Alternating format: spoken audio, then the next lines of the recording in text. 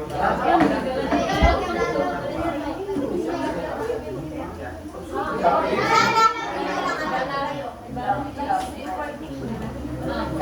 we're going to discuss about...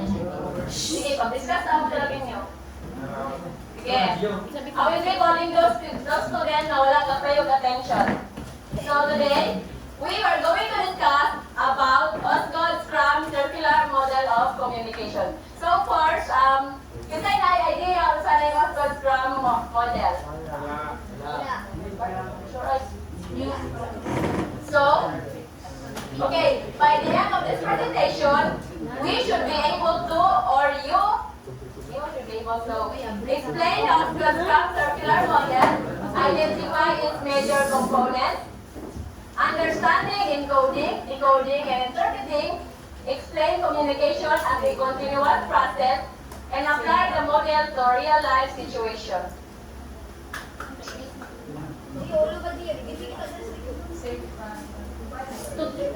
Okay. So, what is Osgood-Schramm model? So, this model is developed by Charles Osgood and Wilbur Schramm on 1954. So, the word Osgood-Schramm came from their last name. Yeah, the long last name. So, this model is a circular and interactive model of communication. So, anong circular siya guys is, di ba if na-imos Korean, they will give feedback ang isa, tapos katong nag-give feedback, will give feedback ang isa. So, the story is, minit siya continuous, walay kahumanan. Kuhan siya, galibot-libot siya, galibot-libot ang topic. So, communication is continuous and two-way. Ganong two-way siya. Kaya na ay sender and receiver. Both people can be sender and receiver and both people can give feedback. So it involves encoding, decoding, and interpreting. So later, mahibala na natin yung sanang tulog. So this is the three main process of communication. First, we have encoding. Turning an idea or thought into words, symbols, gestures, or etc. So, instead mo ingon ka nga, di ba? Instead mo ingon ka sa imong friend nga nihilang ka, pwede pag ka mo send niya o kuhan through emoji mo, send ka kag-chat. Kung emoji niya ang kahilak ka or sa mga inong gusto nga ipa-express niya, so decoding. So, motong encoding. So, ang decoding is receiving and understanding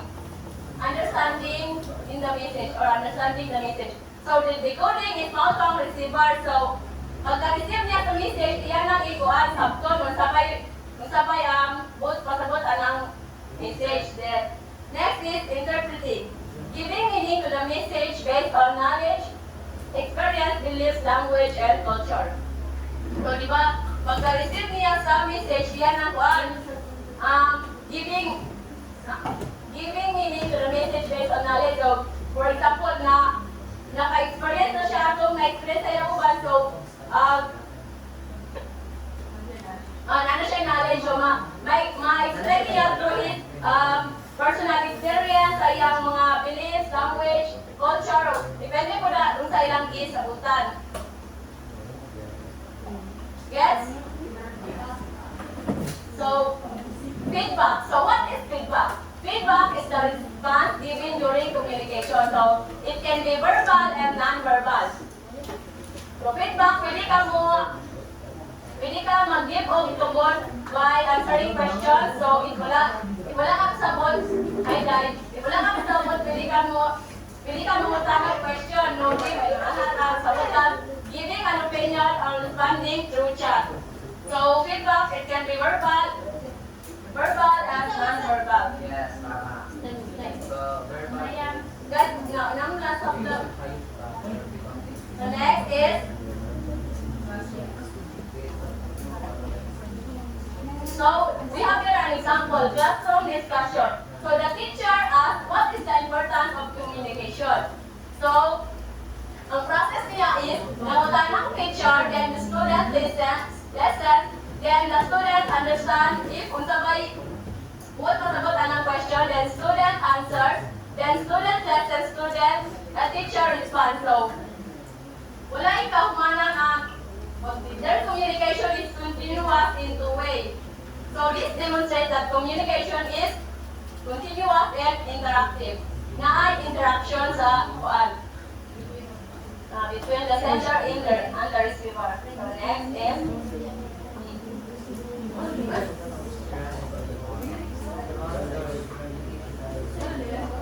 so next is strength of model. It shows the communication is continuous process. So mauna, magkaroon mo sa ng continuous process. Shows that everyone can be sender and receiver. So basta, ano mo. Emphasizes feedback and interaction. Encourage mutual understanding. So naay pagsabot. Useful for everyday conversation and discussion. So question. Paano magamit naman nato siya sa atong everyday conversation? Okay, kapag na ito ang ano, nagkuhan ka.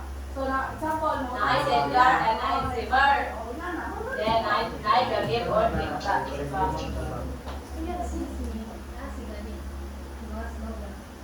Next is limitations of the model.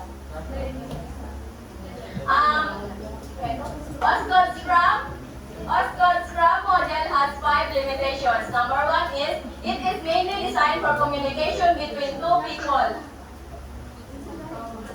That does not clearly explain communication with large audiences. So, noise and communication barriers are not clearly shown, as shows both participants communicate equally. It may be difficult to apply to mass communication. Dili ba atong previous partner na mass communication nila. So this real life application. So for example, classroom discussion kanang ito discuss ang maestra. So na interaction between student and teacher and teacher-student. Pareha po. So job interview, di ba, is mag-apply man sa work. So gina-interview man sa, di ba? So mangutan ang isa, mutulagay sa rin, mag-give feedback. Yes, answering questions. Ulan mo na, i-share na nila. Family conversation. Say counseling session, guys. Even the garden is song selling. Nuligyan pastel ah. Okay. So next is family conversation. Family conversation ka lang. Magkuhan mo na interaction sa inyo sa iyong family. Mag-start mo meetings, online chat, and video conferences.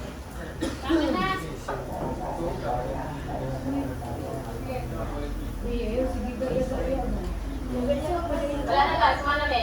So last is conclusion. The Osgood-Schramm model shows that communication is a continuous, circular, and interactive process where people constantly encode, interpret, and respond to any message. So, yes. Question. 5 question only. Encode and sender.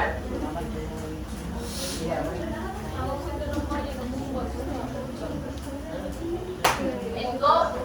So, ang sender, pareha na sila. So, ang encode is since kung ano ni, model mo ni Osgood, ni Charles of ni, ito, Schramm, Wilbert, na to. So, lahi lang po, kumbaga lahi lang term, wala silang gamit o imbes ang sender, so gamit silang encode. Gets ka? Ay, balik sa kuhan. Balik na ako na. Asa? Ay.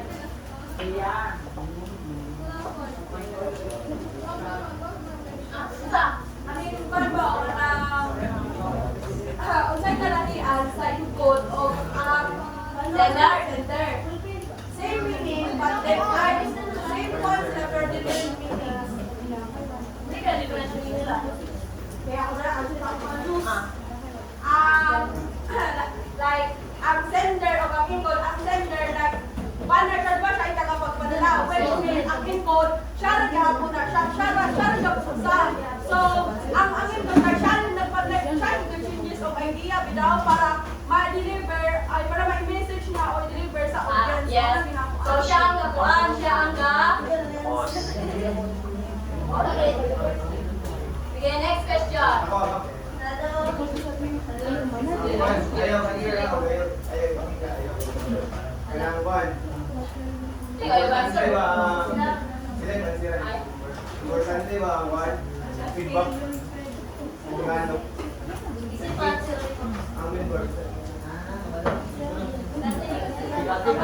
Althea. Importante ang feedback? Yes, it is important to us because ang feedback, importante na siya nga dapat ang sender kanang ang receiver matarong niya kung sabot ang naisipa hiwatig ng isang sender dapat ang kanang ang najib importante din ang feedback because ganun lang ko mahibalaan kung saan naisip ang hiwatig ng isang sender sa receiver.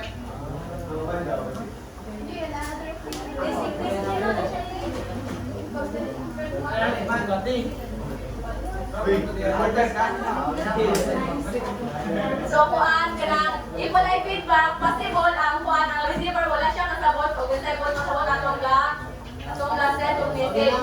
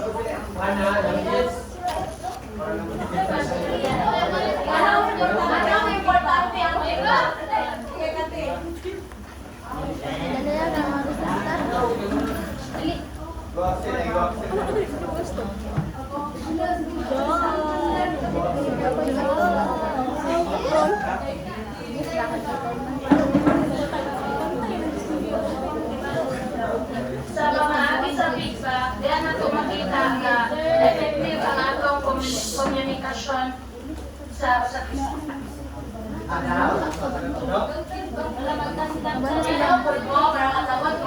wala feedback, so makaingon na kuwan nga, wala sila yung nasabtan, kaya wala sila yung maingon sa kuwan.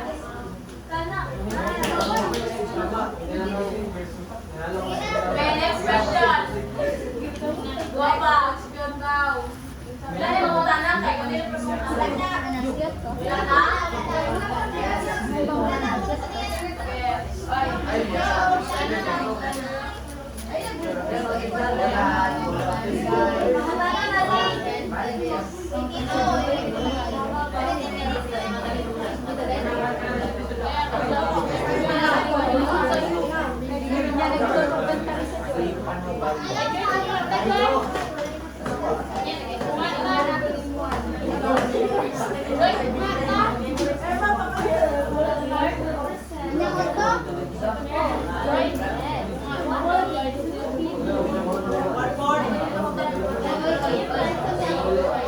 Okay, Axel.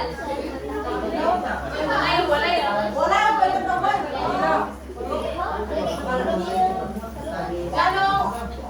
Ganong maiwan man ato nga ang communication is continuous. Yeah.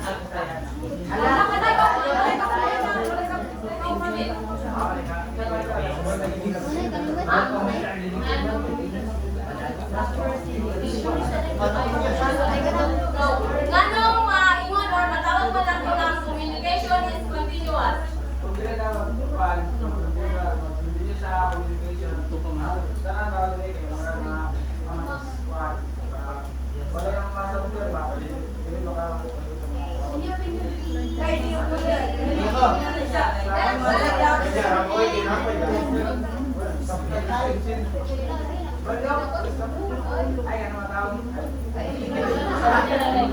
Last Axel, why is communication? Ngano ang communication daw is matawag ng continuous? Wala ko ba na ito? Ngano? Dili barasa.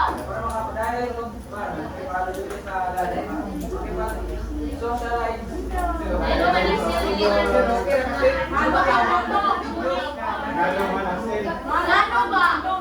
Hindi ko hawag.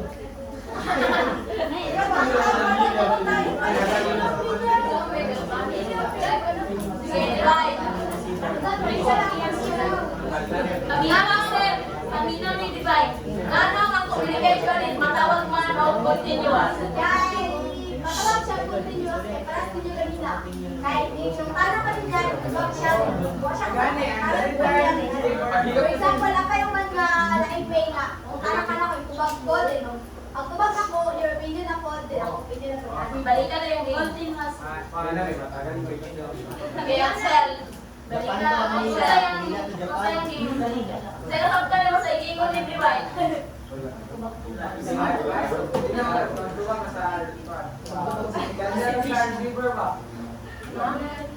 Sige, next.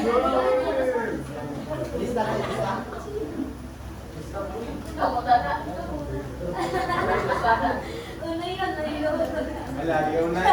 Yun na isa pare. Yan ako nagpita na ako. Okay. So, sa kuan sa...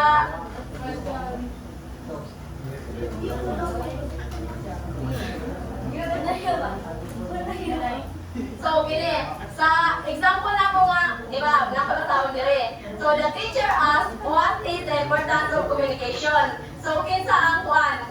Kinsa ang decoder ani? So, di ba, sige ko sa ko. The teacher asked, what is the importance of communication? So, the teacher asked, student listen, student understand, student answer, student teacher listen, and teacher ask a follow-up question. So, mapungutan lang kinsa ang decoder ani? Ang students. Wala, hindi tawag ko. Wala na to eh. Proceed na, proceed. Sige. Sige na, quiz na.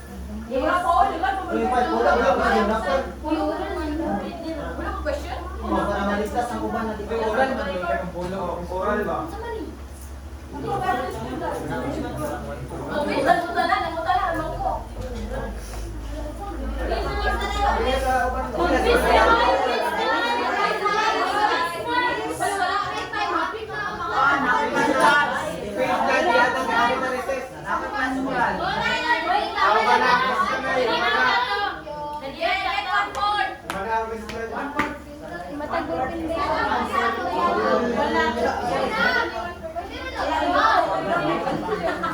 Kita papel.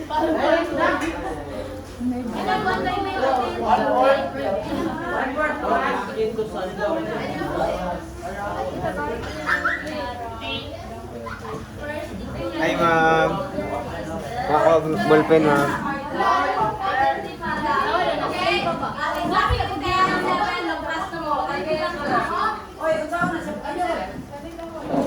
So, di ba, matawag natin mo siya during a class discussion na teacher asked a question of first encoder. O, ilahin mo ka na. Darang ka statement. O, ilahin mo kay Rank first encoder. First na invitation, pwede po.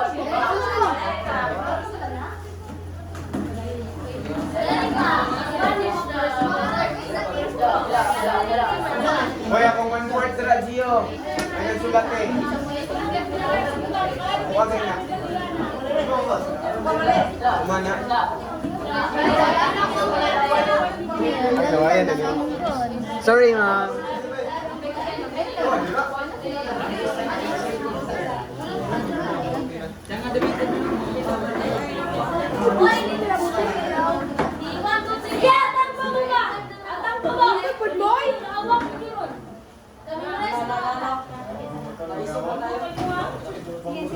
Ayun na yung feedback, guys. Ayun na lang. Parang 1, 2, 3, 4. Tumakas natin 1, 2, 3, 4, 5. Apil di ay. 6. Wala na. Pwede ka rin. Pwede na. 5 minutes na, guys.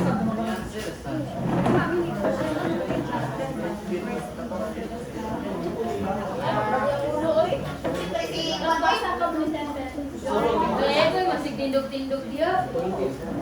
Hindi mo ka, wala sa laman.